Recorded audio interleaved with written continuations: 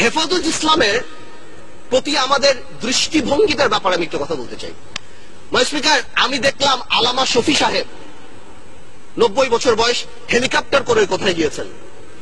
বড় নিউজ পেপারে চলে আসলো আলামা শফি সাহেব হেলিকপ্টারে গিয়েছেন। কোথায় টাকা পেল? আমাদের তোফায়েল আহমেদ সাহেব গত 4 বছরে 40 বার ভোলাতে হেলিকপ্টারে গিয়েছেন। এই ব্যাপারে কিন্তু কেউ প্রশ্ন করলেন না। আমি মনে করি স্পিকার, আপনারা আমাকে একটু মাফ করবেন, আপনারা আমাদের ঐক্যতাও আমি একটু কথা বলে নিই। স্পিকার, গত 30 বছর গণতন্ত্রের নামে ক্ষমতার লড়াইয়ে আমরা যে পরিমাণ গাড়ি ভেঙেছি, আপনারা যে পরিমাণ গাড়ি ভেঙেছেন, 1 বছরে জাপান এত গাড়ি বানায় না। যত সরকারি সম্পত্তি আমরা আপনারা নষ্ট করেছি, ওই দিয়ে 2টা পদ্মা ব্রিজ বানানো যেত। আমরা যদি বাংলাদেশ জিন্দাবাদ বলে গাড়ি ভাঙি, সেটা সহিংস আন্দোলন।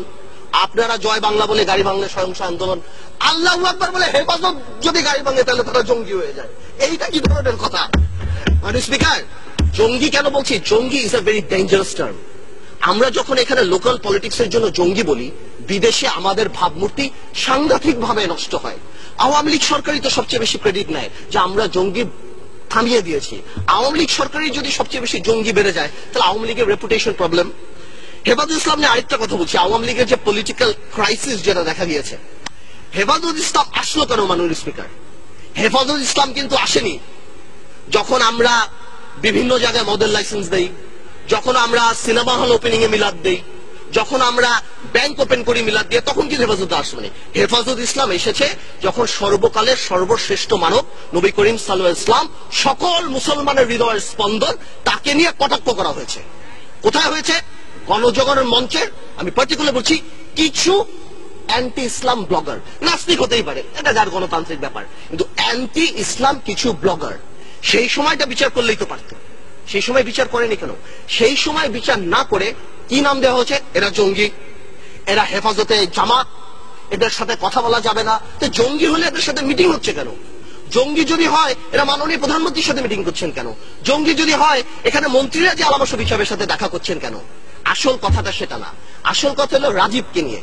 রাজীব যিনি মারা গিয়েছিলেন, আই উইল নট গো, আমি বলবো না রাজীব অ্যান্টি মুসলিম, নাস্তিক, কি ছিল না ছিল, কিন্তু there was a controversy because 886/2012 writ পিটিশনে সেই খাবা বাবা নিয়ে কথা ছিল। আমার দেশের মাহমুদুর রহমান সাহেবকে অ্যারেস্ট করা হয়েছে, যদি কি কারণে অ্যারেস্ট করা হয়েছে সেটা আমি পরে আসছি, বাট এটা কিন্তু কেউ কোনোদিন মানা করেনি যে না এটা মিথ্যা কথা। হ্যাঁ, সরকারের তরফ থেকে অনেকে মিডিয়াতে বলেছেন যে না, কি করা হয়েছে, এটাকে নতুন করে বানানো হয়েছে, এটা আসলে এরকম ছিল না।